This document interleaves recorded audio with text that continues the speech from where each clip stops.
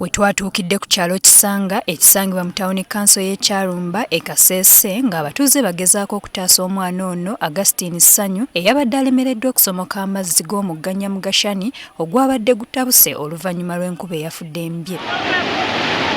Ssanyu yabadde ne nnyina ko ne mwannyina ow'emyaka 7 eyasobodde okusomoka wabula ekyennaku nnyina Evelyn Masika amazzi ne gamukuluggusa. Twakitegedde nti bano babadde bava mu nnimiro wabula bagenze okutuuka ku mugga guno nga gwafuukuuse dda. She was with her children, a boy and a girl, a boy of like 13 years. And the girl crossed first, left the mother on the other side. So as the mother was trying to follow the girl, he left the boy on the other side of the river. As they were crossing, the boy saw the mother being washed away by the water. The mother followed the girl, and in the course of the mother reaching in the middle of the river, then she was swept off. But the boy was so intelligent to the level that he stood behind and could not move in front. Ekyewuunyisa nti ku kyalo kino obukuba bwabadde bufuuyirira omugga guno we gwafuukuukidde. It rained up in the hills. Down here it was just drizzling. And we didn't know that the water was going to increase.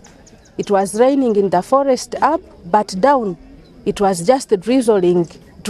It was like normal. Gibadde miranga mu maka ga Masika ne bba abatuuze gye beeyiye mu bungi okumukungubagira ono alese abaana 5. A sad moment to us, and we regret what has happened. We are calling to the community to assist us overcome this grief and to give us comfort in this trying moment. Otherwise, we have lost a wife and a mother to our kids.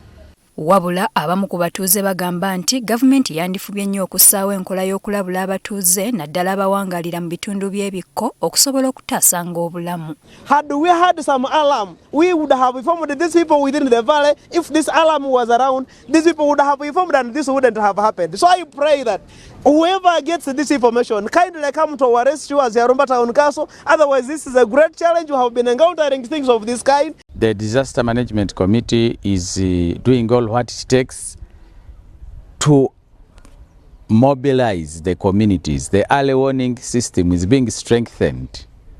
We have gone up to the village. Abavunaanyizibwa ku bigwa tebiraze mu disitulikiti eno batubuulidde nti buli mwezi ogwokusatu, ogwokuna n'ogwokutaano wabeerawo enkuba nnyingi mu bitundu by'ensozi za Rwenzori ekiviirako emigga egy'enjawulo mu kitundu kino okuwaguza olwo amazzi gaagyo ne geekola ekigenyi. We are likely to face more of the kind because this is the time of the season of